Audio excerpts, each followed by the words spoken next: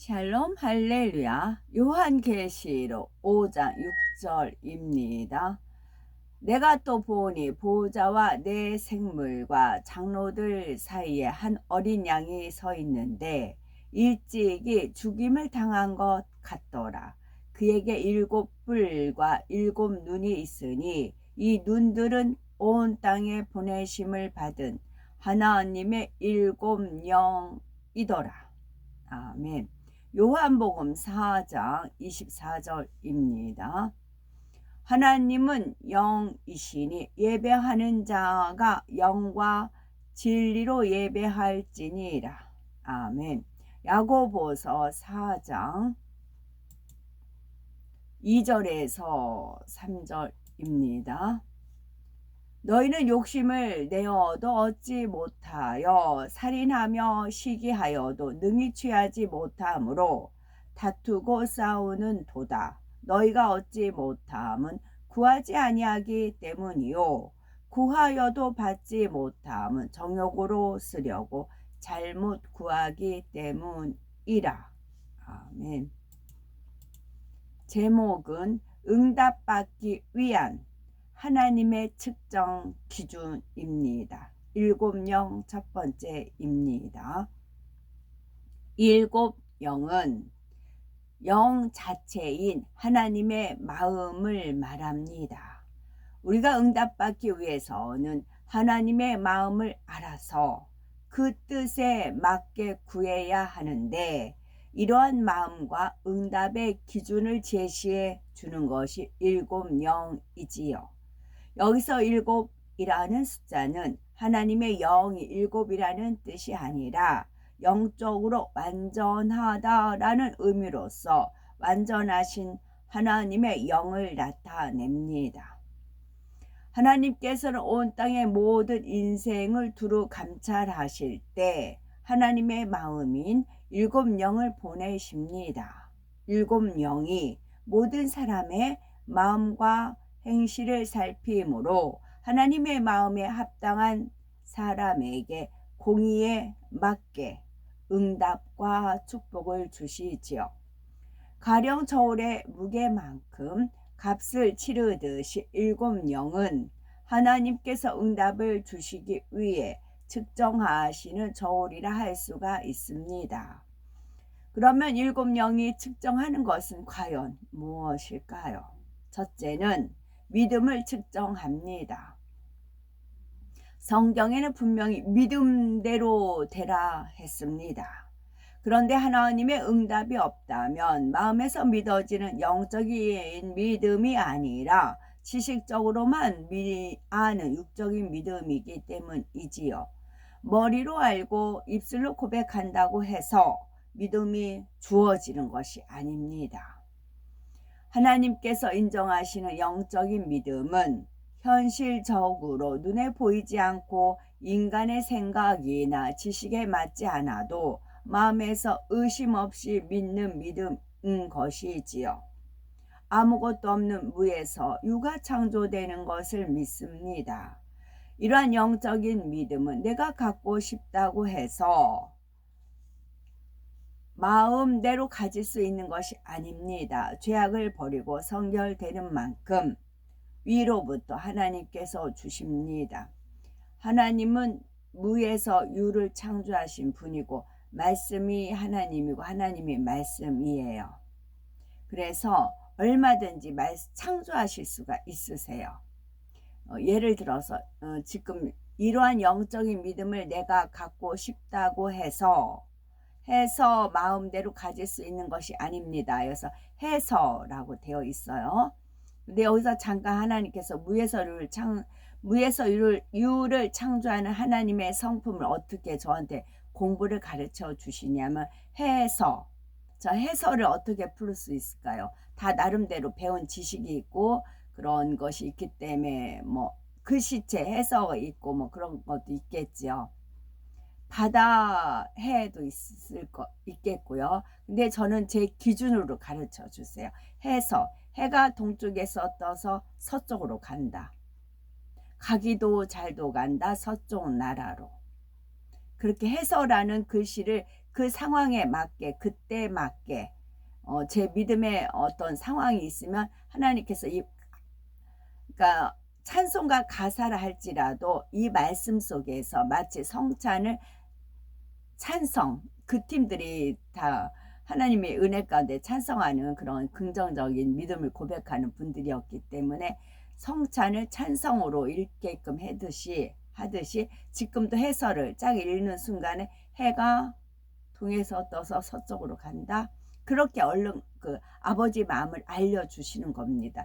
하나님이 말씀이시라 그래요.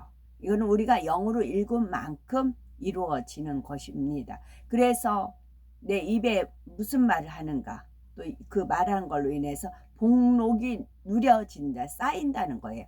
복이 녹자가 기록 녹자 쌓인다는 겁니다. 그래서 입의 말이 그렇게 중요한 것입니다. 내가 말씀이 하나님이고 하나님이 말씀이기 때문에 그래요. 그래서 하나님께서 여호수아와 갈렙같이 믿음의 고백을 하는 사람을 기뻐하시는 거죠. 왜냐하면 하나님은 설계도가 있잖아요. 그들 가나안 땅에 가서 나누고 하는 하나님의 그 프로그램이 있잖아요. 그 프로그램을 믿고 믿음의 고백을 하는 사람이 하나님과 코드가 맞는 것이지요. 마찬가지예요. 저도 제가 누차 말씀을 드리지만 믿든 믿지 않든 그거는 각자 몫이지만 분명히 앞으로 혼인잔치가 있는 거 분명하고요. 그 다음에 천년왕국 있는 거 분명하고 천년왕국 끝날 쯤에 전쟁 한번 있고 그리고 나서 백보자 대심판 분명히 있어요. 백보자 대심판 있고 끝난 다음에 불목과 유황목 나뉘어지고 천국이 레벨대로 자기 수준에 따라 끼리끼리 따라 나누어집니다. 그렇게 하나님께서 프로그램이 되어 있어요. 저는 그걸 믿어요. 그래서 항상 믿음의 고백을 하는 것이고 거기에 믿으면 이 사람들 마음에서 믿은 사람들은 믿음의 고백이 나옵니다. 그러나 안 믿으면 부정적인다거나 헤쳐놓는 그런 자가 되는 것인 거죠.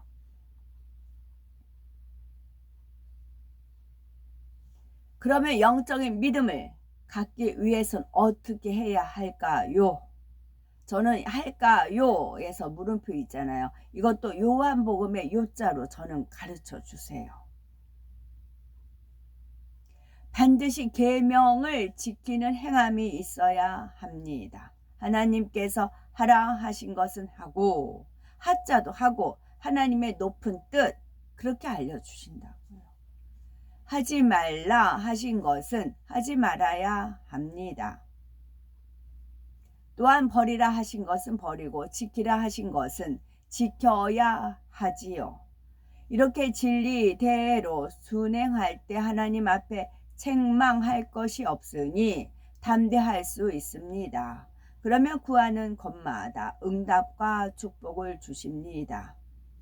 영적인 믿음은 반드시 행함이 따르게 마련이지요.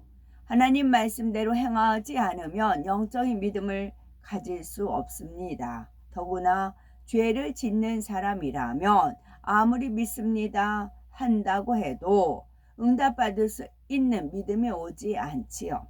죄를 회개하고 빛 가운데 행할 때만이 위로부터 영적인 믿음이 주어집니다. 그렇다면 7영이 가장 먼저 믿음을 측정하는 이유는 무엇일까요? 각 사람의 믿음의 분량을 기준으로 다른 분야도 측정되기 때문입니다. 공의의 하나님께서는 믿음의 분량에 맞추어서 7영이 측정하는 응답의 기준을 각각 다르게 정해 놓으셨지요. 먼저 믿음을 측정한 후 나머지 6가지 분야도 그 믿음의 분량에 맞는 기준을 적용하시지요. 그런데 큰 문제를 응답받기 위해서는 자기 믿음의 분량을 뛰어넘는 행함이 필요합니다. 그럴 때 믿음도 한층 성장할 수가 있는 것이지요. 두 번째는 기쁨을 측정합니다. 기쁨은 구원받은 하나님의 자녀된 대표적인 증거이지요. 우리는 영원한 사망인 지옥에서 영원한 생명을 얻어 천국에 가게 되었으니 항상 기뻐할 수밖에 없습니다. 주님을 믿기 전에는 세상의 온갖 문제로 인해 눈물, 슬픔, 근심, 걱정 가운데 살았을 것입니다. 그런데 하나님의 자녀가 되어 그 사랑과 은혜를 입었으니 날마다 천국 소망과 기쁨이 넘쳐나는 것이지요. 하나님을 믿기 전에는 기뻐할 만한 일이 있을 때만 기뻐합니다. 어렵고 힘든 일이 오면 슬퍼하고 이내 기쁨이 사라지지요. 내 유익에 맞고 나보게 좋을 때 나오는 조건적이고 상황에 따라 변할 수 있는 기쁨이었던 것입니다. 반면에 신앙 안에서 영적인 기쁨이 임한 사람은 상황과 조건에 상관없이 항상 기뻐합니다. 세상의 그 무엇보다 귀한 영생을 얻었고 천국이 마음 가득하기에 중심에서 항상 기뻐하는 것이지요. 때론 하나님의 나라와 의를 위해 사망으로 가는 영혼들을 위해 애통할 때도 있지만 마음 깊은 곳에서 기쁨은 끊이지 않습니다. 이런 영적인 기쁨은 구원받은 하나님의 자녀들만이 가질 수 있는 특권이지요. 그러니 세상 사람과 그리스도인을 구분할 수가 있는 것입니다. 그리스도인에게 기쁨은 큰 믿음이 있다는 증거이지요. 하나님에 대한 확실한 믿음과 응답 주실 것을 믿는 사람은 비록 현실은 어려워도 기뻐합니다. 이런 사람은 항상 하나님 말씀대로 살기 위해서 힘쓰고 하나님께서 기뻐하시는 것을 찾아 행하지요. 그러니 하나님과 화평하고 주변 사람들과는 물론 자신과도 화평을 이루므로 기쁨이 샘솟는 것입니다. 세 번째는 기도를 측정하십니다. 7명은 우리가 쉬지 않고 기도하는지 하나님의 뜻에 합당하게 기도하는지 등을 측정하시지요. 무조건 많이 기도한다고 합격하는 것이 아니라 짧은 시간 기도해도 하나님 마음에 맞게 기도해야 합니다. 하나님 마음에 합당한 기도는 먼저는 하나님께서 쉬지 말고 기도하라 하신 대로 매일 습관을 쫓아 기도하는 것이지요. 이런 사람은 영적으로 깨어 있어 어떤 시험에도 들지 않습니다. 설령 시험이 와도 신속히 통과할 수 있지요. 또한 무릎을 꿇고 기도해야 합니다. 성경상의 선지자들은 물론 예수님께서도 무릎을 꿇고 기도하셨지요. 전지전능하신 하나님 앞에 인간의 힘으로 할 수 없는 것을 구하면서 겸비하게 무릎을 꿇고 아랜다는 것은 당연합니다. 다음으로 내 뜻대로 하는 기도가 아니라 하나님의 뜻에 따라 기도해야 합니다. 예수님께서도 내 원대로 마옵시고 아버지의 원대로 되기를 원하나이다 하셨듯이 기도는 자기 뜻이 아닌 하나님의 뜻에 맞춰서 해야 합니다. 욕심이나 정욕으로 구하는 것은 하나님의 뜻에 맞지 않기 때문에 응답받을 수 없으며 자신의 유익이 먼저가 아니라 하나님 나라를 위해 먼저 구해야 하지요. 그 다음으로는 기도는 힘쓰고 애써 간절히 부르짖어야 합니다. 예수님께서 얼마나 힘쓰고 애써 기도하셨던지 땀이 땅에 떨어지는 핏방울같이 되었다 했습니다. 우리는 핏방울까지는 아니더라도 땀이 날 정도로 힘써 기도해야지요. 이것이 응답받는 영계의 법칙입니다. 창세기 3장 19절에 네가 얼굴에 땀이 흘러야 식물을 먹고 라고 말씀하셨죠. 육적으로도 땀 흘리며 이래야 양식을 얻는 것처럼 영적으로도 응답받기 위해서는 땀 흘리는 수고가 반드시 따라야 합니다. 그래서 하나님께서는 성경 곳곳에 부르짖어 기도해야 할 것을 기록해 두셨지요. 예수님께서는 이러한 하나님의 뜻을 잘 아셨기에 큰 소리로 기도하셨습니다. 죽은 지 나흘이 된 나사로를 살리실 때에도 큰 소리로 나사로야 나오라 라고 부르셨고요. 심지어 십자가에 달리셨을 때에도 큰 소리로 기도하셨습니다. 누가복음 23장 46절에 예수께서 큰 소리로 불러 가라사대 아버지여 내 영혼을 아버지 손에 부탁하나이다 라고 이 말씀을 하신 후에 운명하시다 했지요. 이처럼 예수님께서도 아버지 하나님의 뜻을 늘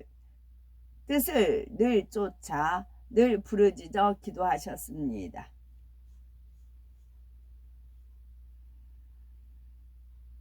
또한 중심 기도를 해야 합니다. 하나님께서는 사람을 외모로 취하지 않고 중심을 보시지요. 중심 기도란 마음에서 간절히 바라는 바를 입술로 내어 기도하는 것을 말합니다.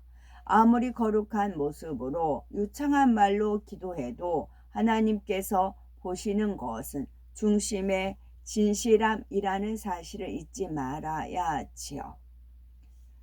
기도는 또한 반드시 믿음과 사랑으로 해야 합니다. 야고보서 1장 6절에서 7절에 오직 믿음으로 구하고 조금도 의심하지 말라. 의심하는 자는 마치 바람에 밀려 요동하는 바다 물결 같으니 이런 사람은 무엇이든지 주께 얻기를 생각하지 말라 말씀했습니다. 정말 응답 받을 수 있을까? 안 되면 어떡하지? 의심하면서 하는 기도는 응답받을 수 없습니다. 정녕 살아계신 하나님께서 응답하심을 믿고 하나님을 사랑하는 마음으로 기도해야 기뻐 받으시지요. 만일 기도할 때 믿음과 사랑 없이 드린다면 하나님께서 흠양하실 만한 향이 되지 않습니다. 따라서 짧은 시간을 기도한다 해도 반드시 믿음과 사랑을 가지고 마음 다해 기도함으로 구하는 것마다 신속히 응답 받으시는 복되고 거룩하고 아름다운 보배로운 우리가 되어야 되겠습니다. 아멘. 공의란 선악간에 공평하게 상벌을 집행하시는 하나님의 성품입니다. 또는 하나님의 속성을 일컫지요. 이때 선악을 가르는 기준은 진리 자체인 성경 66권 말씀입니다. 하나님께서는 참으로 의로우시기에 불법, 불의, 편벽, 거짓, 어둠이 전혀 없으시지요. 태초에 정하신 법과 질서에 따라 공의롭게 세상을 다스리십니다. 인간을 경작하실 때에도 인생들을 선악간에 공정하게 심판해 각 사람에게 상벌을 주십니다. 아멘. 제가 깨소서라는 말씀이 생각이 나서 찾아보니까 이사야 51장에 있습니다. 이사야 51장을 쭉 읽겠습니다. 의를 따르며 여호와를 찾아 구하는 너희는 내게 들을지어다. 너희를 떠낸 반석과 너희를 파낸 우묵한 구덩이를 생각해 보라. 너희의 조상 아브라함과 너희를 낳은 사라를 생각하여 보라. 아브라함이 혼자 있을 때에 내가 그를 부르고 혼자 있을 때에 아브라함이 혼자 있을 때에 내가 그를 부르고 그에게 복을 주어 창성하게 하였느니라. 내가라고 했어요. 하나님께서 그러셨다는 거예요. 하나님께서 그를 부르고 그에게 복을 주어 창성하게 하였느니라. 나 여호와가 시온의 모든 황폐한 곳들을 위로하여 그 사막을 에덴 같게 그 광야를 여호와의 동산 같게 하였나니 그 가운데에 기뻐함과 즐거워함과 감사함과 창화하는 소리가 있으리라. 이걸 개인적으로 제가 적용을 해 보겠습니다. 여호와 하나님 나 여호와가 시온에 따라 손을 늘어뜨리지 말라. 팔인가 손인가 나와 있죠. 이게 손, 팔, 늘어뜨리지 말란 말씀이 있어요. 스바냐 3장 16절, 요한복음 3장 16절 이 뜻이에요. 그래서 시온, 만약에 제가 각자 이름도 뭐 시온이라 짓는 사람도 있죠. 제가 시온이라고 하면 시온의 모든 황폐한 곳들 다 황폐되어 있었어요. 그것을 위로하여, 위로는 위에 하나님의 위로 길이 열렸다 해서 위로라고 했어요. 위로를 사람한테 받지 않고, 돈한테 위로를 받지 않고, 쇼핑하는 데 받지 않고, 안목의 정욕, 육신의 정욕, 이생의 자랑한테 위로를 받지 않고, 오로지 위로 난 길, 여호와 하나님한테 위로를 받는 것입니다. 그래서 시온의 모든 황폐한 곳을 위로하여 그 사막을, 저는 사막 같은 삶이었어요. 사막을 에덴 같게, 앞으로 우리 에덴 빛의 공간 갑니다. 그 광야를, 광야 같은 삶이었다고 했어요. 광야를 지나고 나면 야광, 밤을 비추는 빛이 되는 것이고요. 그 광야를 여호와의 동산 같게 하였나니, 그렇게 하셨어요. 그 가운데에 기뻐함과 즐거워함과 감사함과 창화하는 소리가 있으리라. 창화하는 소리. 간혹 저가 이렇게 창화하는 소리를 낼 때가 있어요. 소리 지르는 것도 있겠지만 아버지 하나니까 이렇게 방언을 막 이렇게 통화래요. 통화일 수 있겠네요. 통화, 창화하는 소리가 있습니다. 그래서 기뻐함이 있고, 즐거워함이 있고, 감사함이 있고, 창화하는 소리가 있습니다. 이거는 주 예수님이 대표적인 맏아들이시듯이 첫째 아담, 둘째 아담이듯이 마찬가지예요. 쟤뿐만 아니라 이건 다 누구든지 이제 인봉이 열렸기 때문에, 띄어졌기 때문에 다 해당이 됩니다. 각자 마음이, 아담이 죄를 졌기 때문에 다 마음이 황폐되어 있어요. 모든 황폐한 것들을 하나님한테 위로를 받습니다. 그리고 각자 마음이 어떤 분 다 사막이 있을 수 있어요. 사막은 에덴 같게 하고 다 광야를 지났어요. 광야는 여호와의 동산 같게 하고 그 가운데에, 마음 가운데에 기뻐함이 있어야 되겠고요. 즐거워함이 있어야 되겠고요. 감사함이 있어야 되겠고, 창화하는 소리가 있어야 됩니다. 창화하는 소리라고 되어 있어요. 기뻐함, 즐거워함, 감사함. 함은 닫혀 있는 거예요. 함잡이 그러잖아요. 신랑 결혼식 할 때 그 전날 함잡이 그러잖아요. 폐물 함이 갇혀 있는 거잖아요. 그래서 이 기뻐함을 원수 마귀 사단이 어떻게든지 뺏어 가려고 해요.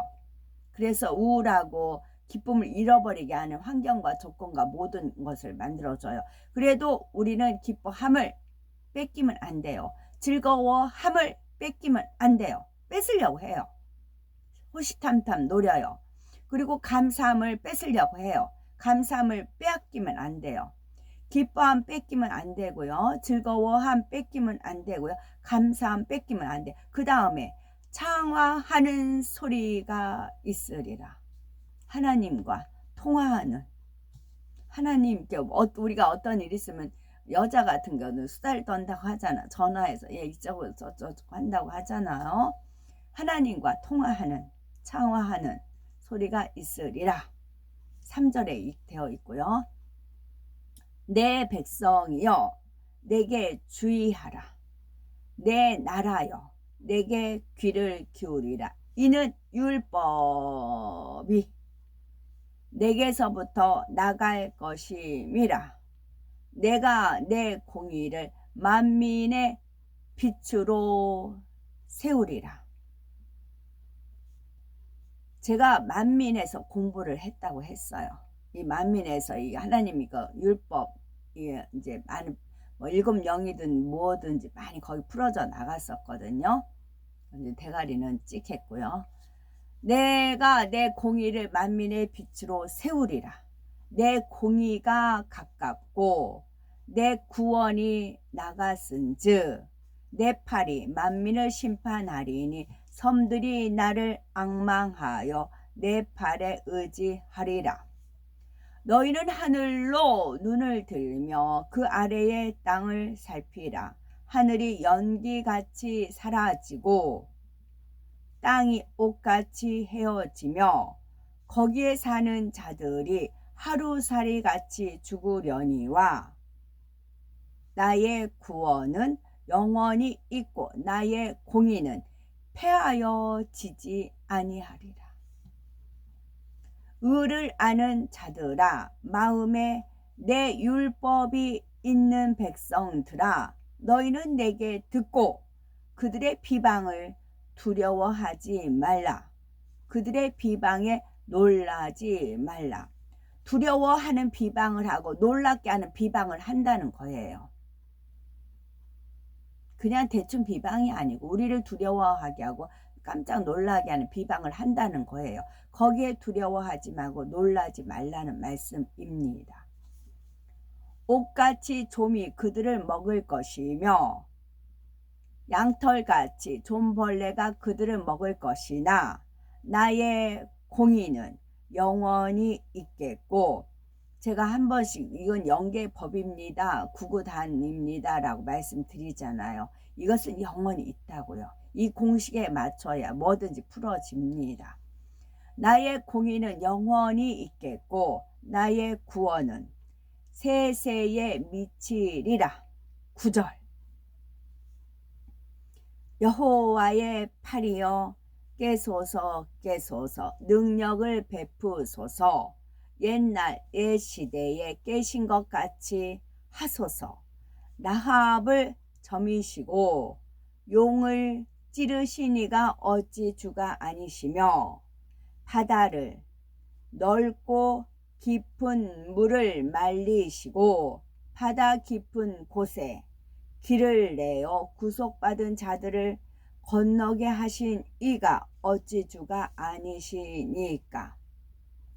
여호와께 구속받은 자들이 돌아와 노래하며 시온으로 돌아오니 영원한 기쁨이 그들의 머리 위에 있고 슬픔과 탄식이 달아나리이다.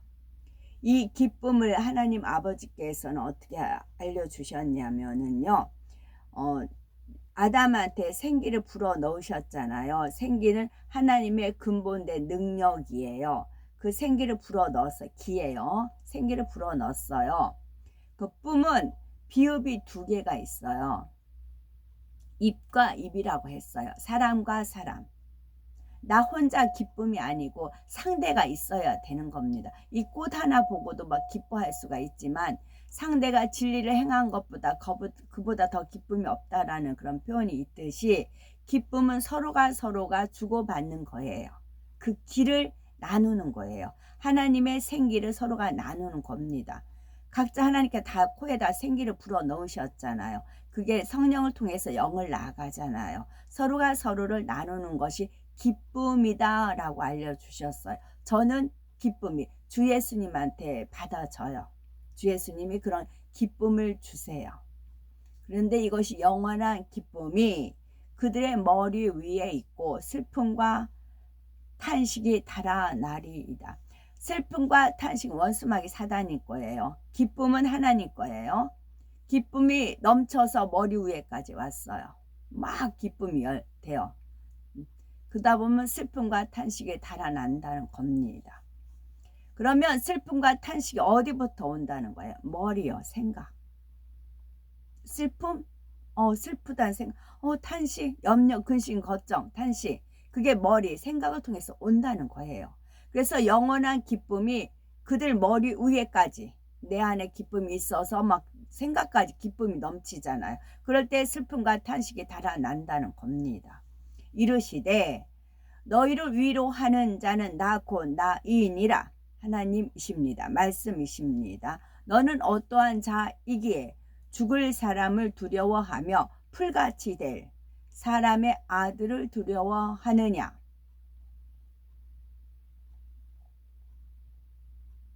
여기까지 읽겠습니다. 아멘.